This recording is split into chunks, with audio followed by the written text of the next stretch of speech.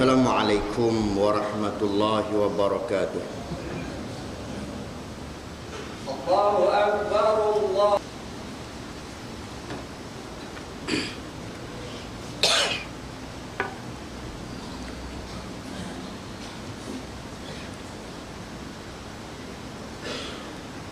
Alhamdulillah.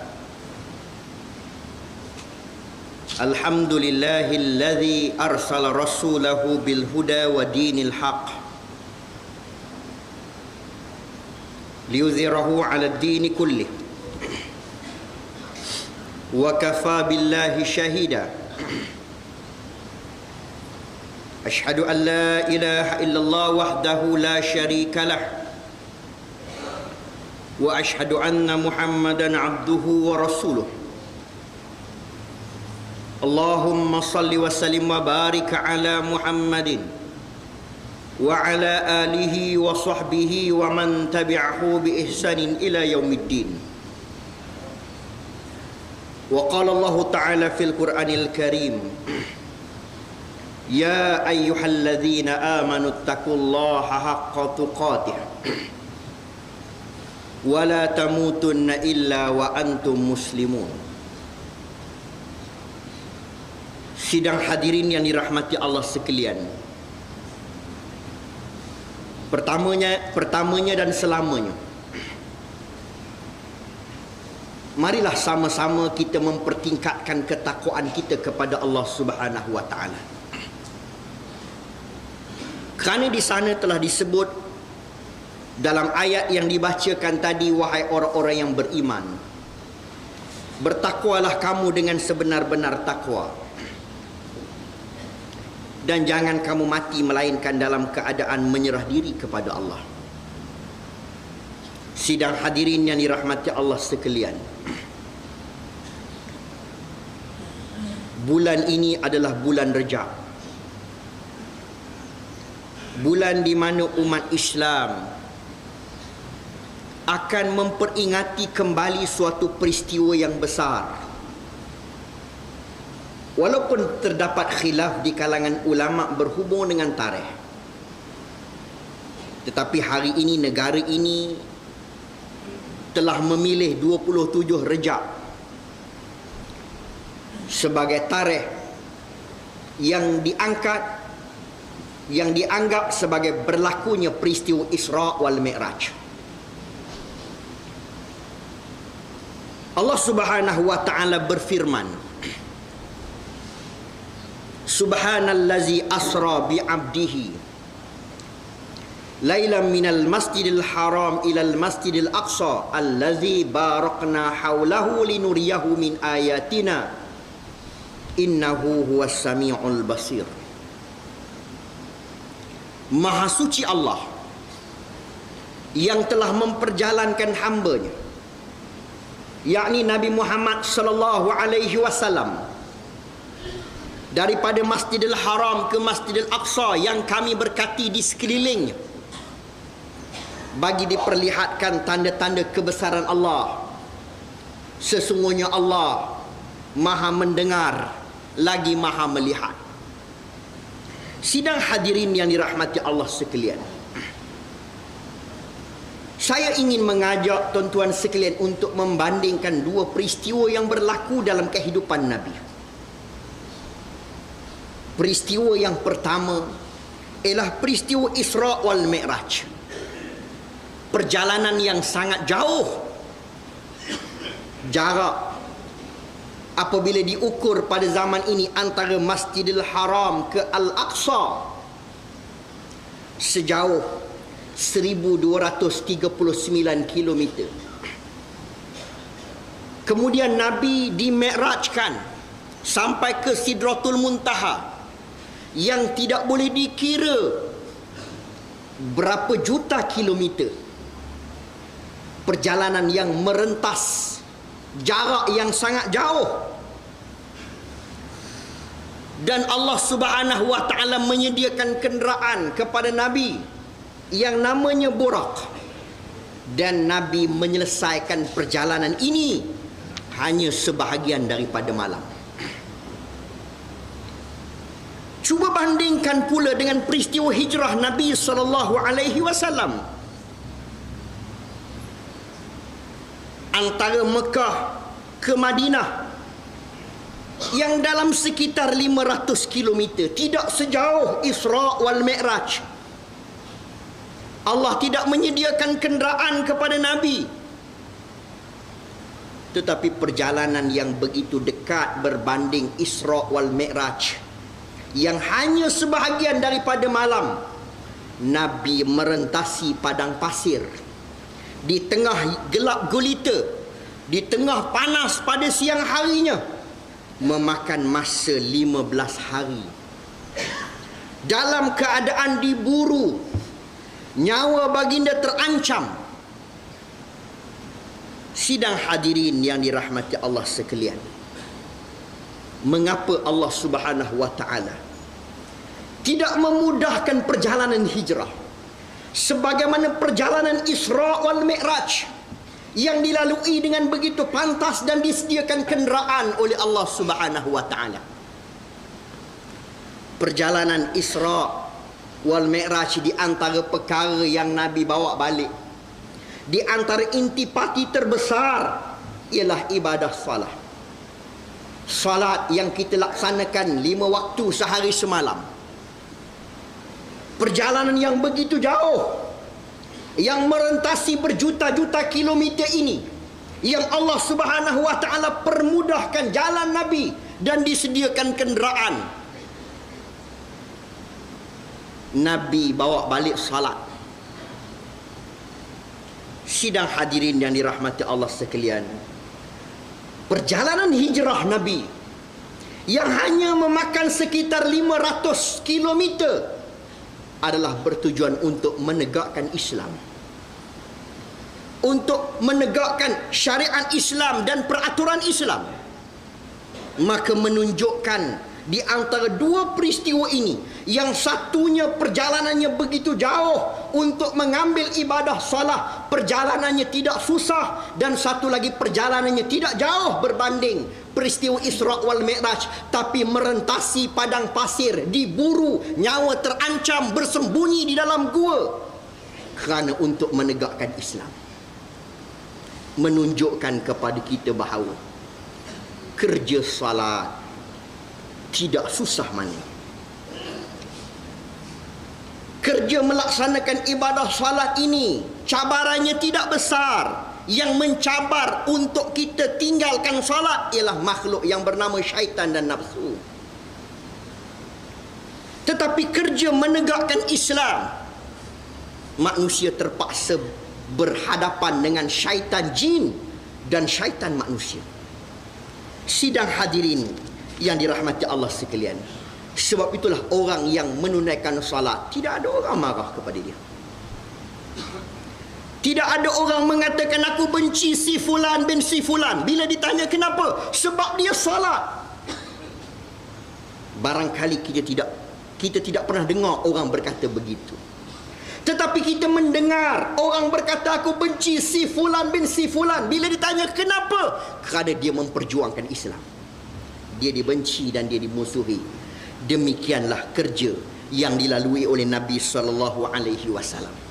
Kerja Islam ini kerja yang susah, cabarannya besar, dan akan ada manusia yang marah dan memerlukan kepada kesabaran yang tinggi. Dan inilah yang dilalui oleh Nabi SAW ketika dibangkitkan oleh Allah Subhanahu wa taala di tengah-tengah masyarakat jahiliyah. Nabi berhadapan dengan cabaran yang tidak mudah. Nabi diancam nyawanya, terpaksa meninggalkan tanah tumpah darah Nabi semata-mata kerana menegakkan Islam. Dan Nabi yakin Allah Subhanahu wa taala akan menangkan Islam. Bermula dengan kerja seorang diri. Apabila diutuskan sebagai Rasul, yang musyrikin menganggap bahawa ini agama yang tidak ada masa depan pada mulanya. Tetapi akhirnya ia berkembang. Dan akhirnya Allah Subhanahu wa taala beri kekuasaan kepada Nabi. Dan akhirnya Allah Subhanahu wa taala memberikan kemenangan. Yang kemenangan itu digambarkan oleh Nabi sebelum lagi Nabi berhijrah. Keyakinan yang disertai dengan tawakal kepada Allah Subhanahu wa taala. Bukan keyakinan setengah manusia dia yakin menang, tetapi disertai dengan kesombongan yang Allah Subhanahu wa taala pasti tidak akan memberikan pertolongan. Sidang hadirin yang dirahmati Allah sekalian. Sebab itulah, sebagai orang yang beriman kepada Allah Subhanahu wa taala, kita yakin di atas kerja-kerja Islam yang dibuat, orang yang memperjuangkan Islam, orang yang beriman kepada Allah Subhanahu wa taala, semestinya tidak meninggalkan salat. Sebab ia merupakan kekuatan bagi orang-orang mukmin. Tetapi tidak cukup hanya sekadar bersolat. Tidak cukup hanya sekadar beriahanana, merata-rata tempat. Sebab kalau nak dibandingkan kasih sayang kita kepada Nabi dengan kasih sayang Abu Talib kepada Nabi, barangkali Abu Talib lebih sayang kepada Nabi daripada kita sayang Nabi. Tetapi apa yang membezakan kita di antara Abu Talib? Yang membezakan kita di antara kita dengan Abu Talib, yang membezakan sayang kita kepada Rasulullah dan sayang Abu Talib kepada Rasulullah, ialah iman dan juga perjuangan untuk menegakkan iman, perjuangan untuk menegakkan Islam. Maka itulah yang membezakan kita dengan Abu Talib. Kalau sekiranya kita hanya sekadar menyatakan sayang kepada Rasulullah, lalu kita tidak memperjuangkan apa yang Nabi bawa, maka dia baru sama dengan Abu Talib, dan Abu Talib lebih baik daripada kita. Sebab Abu Talib lebih sayang kepada anak saudara dia, dan dia membuktikan kasih sayang kepada anak saudara dia. Dia hanya sayang kepada batang tubuh Nabi. Atas nama anak saudara ini, dia sanggup mempertahankan Nabi SAW. Dia membuktikan diri dia mempertahankan Nabi. Kita baru cakap sayang pada Nabi, buktinya belum ada lagi. Lalu membezakan kita dengan Abu Talib apa dia? Perjuangan untuk menegakkan kalimah Allah. Tidak cukup hanya sekadar menyatakan sayang. Tidak cukup hanya sekadar berselawat di tengah padang yang luas terbentang. Tetapi kita menjadi orang dalam masa yang sama kita berselawat, dalam masa yang sama kita menentang Islam. Sidang hadirin yang dirahmati Allah sekalian, inilah yang mesti difahami oleh semua.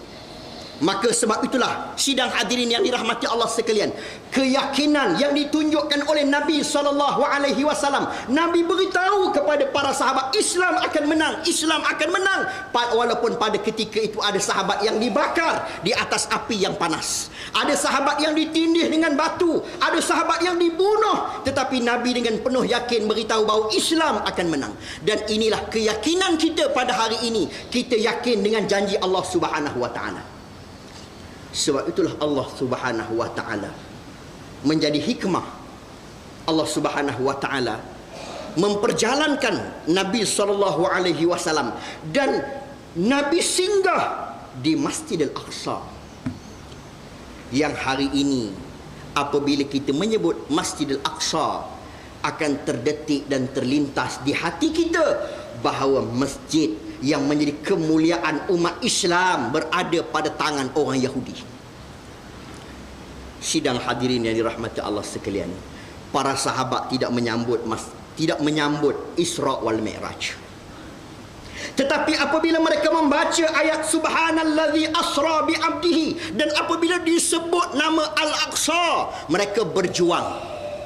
Mereka berjihad, yang akhirnya berjaya dibebaskan oleh para sahabat pada zaman Umar Al-Khattab, bebas Al-Aqsa. Mereka baca Subhanallazi asra bi 'abdihi minal masjidil haram ilal masjidil aqsa.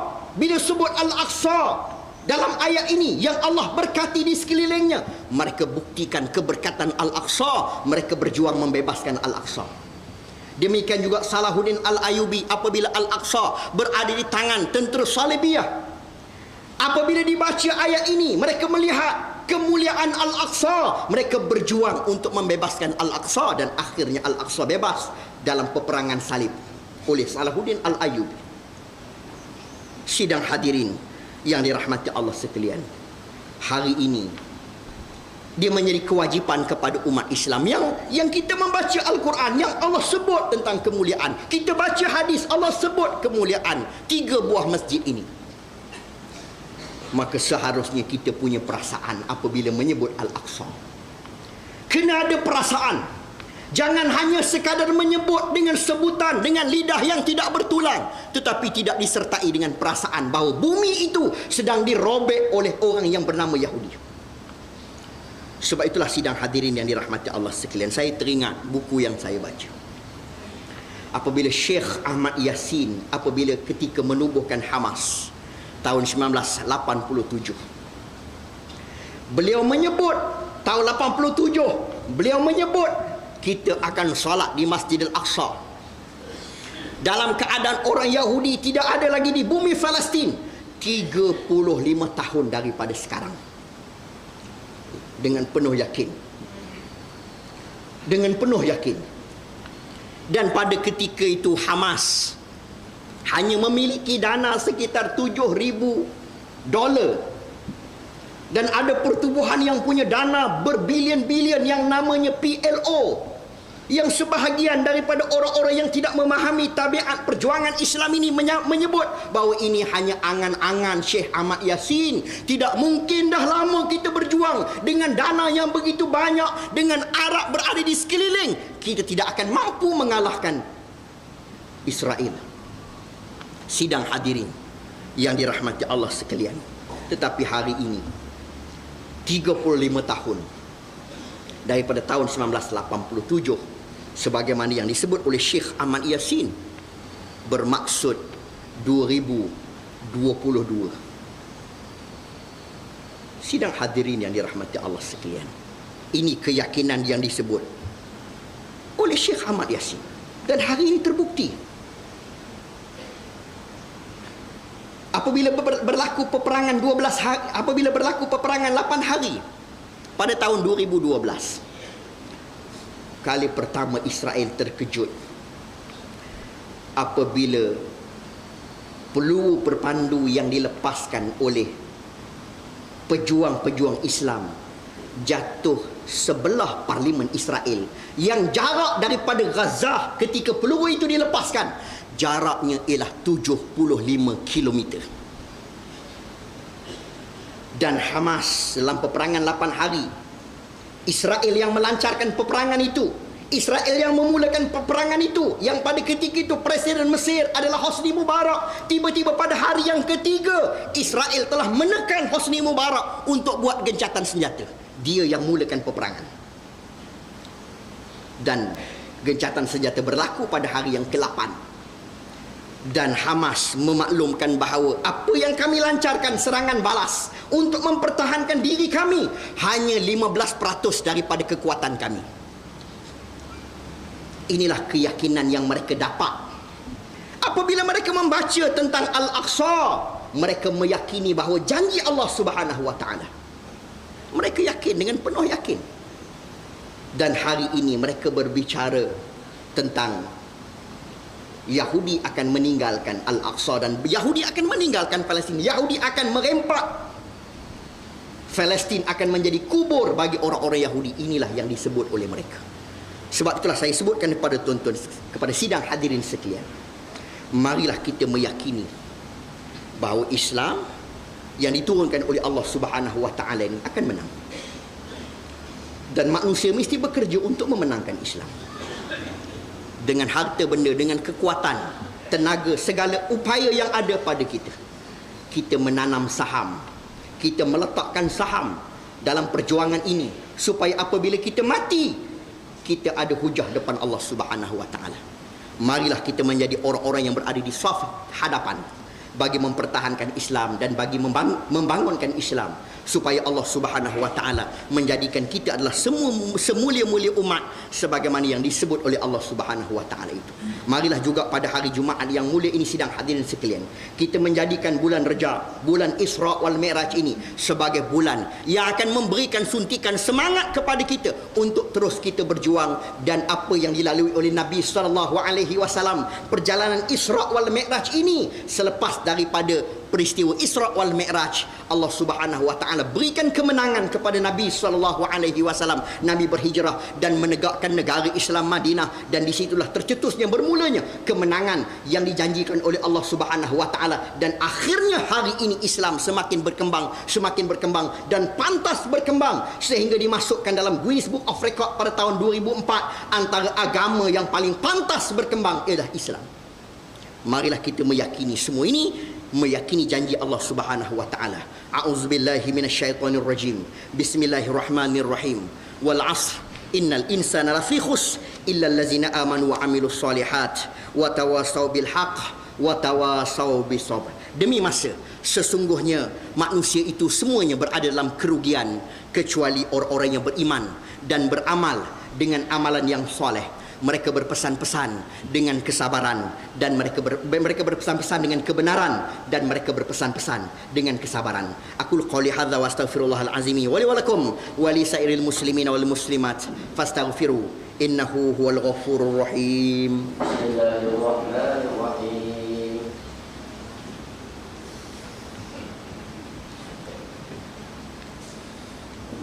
Alhamdulillah. Alhamdulillahilladzi hadana li hadza wa ma kunna linahtadiya laula an hadanallah. Asyhadu an la ilaha illallah wahdahu la syarikalah. Wa asyhadu anna Muhammadan abduhu wa rasuluh. Allahumma shalli wa sallim wa barik ala Muhammadin wa ala alihi wa sahbihi wa man tabi'ahu bi ihsan ila yaumiddin. Usikum wa iyai bittaqwallah faqad fazal muttaqin. Sidang hadirin yang dirahmati Allah sekalian, sekali lagi saya berpesan kepada diri saya dan kepada seluruh hadirin sekalian, marilah sama-sama kita mempertingkatkan ketakwaan kita kepada Allah Subhanahu wa taala.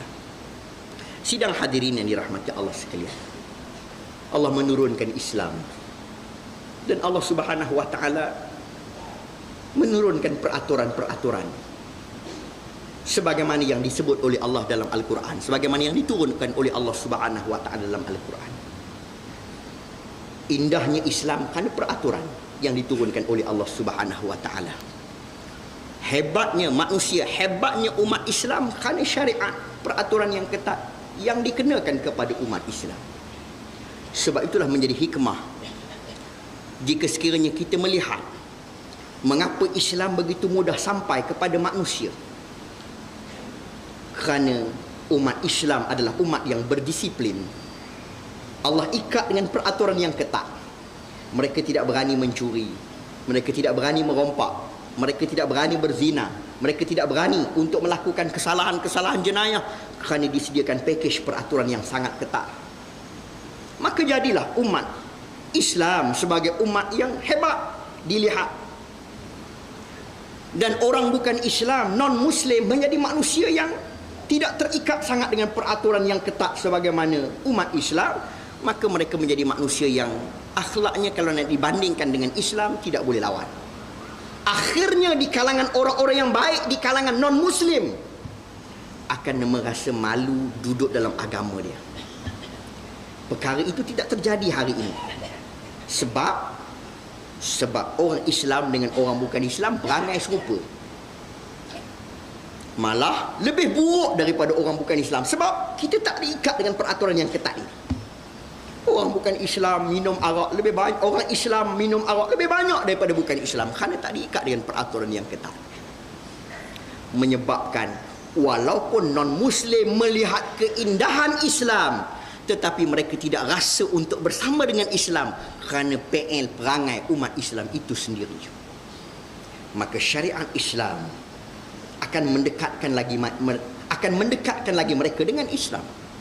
Mereka melihat keadilan Islam dan mereka melihat kehebatan dan kecemerlangan umat. Maka sebab itulah menjadi hikmah apabila dibahaskan oleh para ulama berhubung dengan hudud, maka mereka menyebut bahawa hudud ada, walaupun tak dinafikan, ada pendapat yang mengatakan dikenakan kepada semua manusia, Islam ataupun bukan Islam, tetapi apa yang kita putuskan di Kelantan, kita kenakan kepada orang Islam sebab mengambil hikmah daripada apa yang saya sebutkan tadi. Sidang hadirin yang dirahmati Allah sekalian, marilah pada hari Jumaat yang mulia ini, sebagaimana yang saya sebut dalam khutbah yang pertama, keyakinan kita untuk mempertahankan Islam dan menegakkan Islam, maka menjadi tanggungjawab kita hari ini. Allah Subhanahu wa taala kurniakan di negeri Pahang ini dengan kemenangan daripada parti Islam. Kita ada beberapa kursi berserah Tanjung Lumpur, Semantan dan Parlimen Temerloh. Walaupun kita bekerja berdasarkan kepada sempadan pilihan raya, kita memegang jawatan berdasarkan kepada sempadan pilihan raya, tetapi untuk mempertahankan kemenangan, untuk memperjuangkan Islam, kita tak terikat kepada sempadan pilihan raya ini. Masing-masing bertanggungjawab untuk mempertahankan semua yang ada, yang telah sedia ada, dan mengambil apa yang tidak ada di tangan kita. Sidang hadirin yang dirahmati Allah sekalian, sehubungan dengan itu suka untuk saya umumkan, nanti insya-Allah selepas daripada solat Jumaat ini, kita bentangkan sejadah untuk program yang kita buat di Besrah, dan esok program di sini. Esok di sini dengan wacana hudud dan sebagainya. Dan untuk di Besrah 18 hari bulan Mei, hari Ahad, program sehari bersama yang berhormat sempena setahun beliau menjadi wakil rakyat. Maka dengan itu saya mohon kepada sidang hadirin sekalian, bagi menjayakan program yang besar ini, program bersama dengan masyarakat ini, kita harapkan sumbangan daripada saudara-saudara sekalian untuk kita mempertahankan apa yang kita ada. Dan apa yang kita ada ini merupakan pengkalan dakwah kita, untuk kita melebarkan pengkalan ini untuk menjadikan kemenangan Islam akhirnya insya-Allah. Maka insya-Allah selepas daripada solat ini, kita bentangkan sejadah di luar sana. Sumbanglah seikhlas yang mungkin. Yang paling penting ialah keikhlasan apabila kita menyumbang. Mudah-mudahan dengan sumbangan itu ada saham kita di sisi Allah Subhanahu wa taala untuk sama-sama kita mempertahankan kemenangan insya-Allah. Marilah juga pada hari Jumaat yang mulia ini kita kembali kepada Al-Quran dan hadis Nabi sallallahu alaihi wasallam. Taraktu fikum amrain lan tadillu ma in tamassaktum bihima kitaballah wa sunnat rasulih. Kutinggalkan kepada kamu dua perkara, kata Nabi. Kamu tidak akan sesat buat selama-lamanya selama mana kamu berpegang dengan dua perkara ini, yakni kitab Allah dan sunnah Nabi sallallahu alaihi wasallam, Al-Quran dan hadis Nabi sallallahu alaihi wasallam. Marilah juga pada hari Jumaat yang mulia ini kita berselawat ke atas junjungan besar Nabi sallallahu alaihi wasallam. Allah Subhanahu wa taala berfirman, innallaha wa malaikatahu yusholluna 'alan nabi ya ayyuhallazina amanu shallu 'alaihi wasallimu taslima. Sesungguhnya Allah dan para malaikat telah berselawat ke atas Nabi. Wahai orang-orang yang beriman, berselawat dan mengucap salamlah kamu ke atasnya. Allahumma salli wa sallim wa barik ala Muhammadin wa ala alihi wa sahbihi wa man tabi'ahu bi ihsanin ila yaumiddin. Allahumma ighfir lil muslimin wal muslimat wal mu'minin wal mu'minat al ahya'i minhum wal amwat. Rabbana ighfir lana wa li ikhwanina allazina sabaquna bil iman wa la taj'al fi qulubina ghillan lil ladzina amanu rabbana innaka ra'ufur rahim. Allahumma aslih a'immatana wa ulata umurina. Allahumma ij'al wilayatana fi man khafaka wattaqa ya rabbal alamin. Allahumma ansuril islam wal muslimin wa azil asyirka wal musyrikin wal kufra wal kafirin wal nifaq wal munafiqin wa zulma wal zalimin wansurna ala haula ila allazina yu'adunana wa yusaddunana an sabilillah. Rabbana la tada' lana dhanban illa ghafartah wa la maridan illa syafaita wa la hamman illa farajtah wa la dainan illa adaita wa la hajatan min hawaijid dunya wal akhirati illa qadaitaha ya rabbal alamin. Rabbana la tuzigh qulubana ba'da idh hadaitana wa hab lana min ladunka rahmah innaka antal wahhab. Rabbana zalamna anfusana wa illam taghfir lana wa tarhamna lanakuna minal khasirin. Rabbana atina fid dunya hasanah wa fil akhirati hasanatan wa qina azabannar. Ibadallah, innallaha ya'muru bil 'adli wal ihsan wa ita'izil qurba wa yanha 'anil fahsya'i wal munkari wal baghi ya'zukum la'allakum tadhakkarun fazkurullaha yazkurkum was'alu min fadli yu'tikum wa la zikrullahi akbar. Aqimus salah.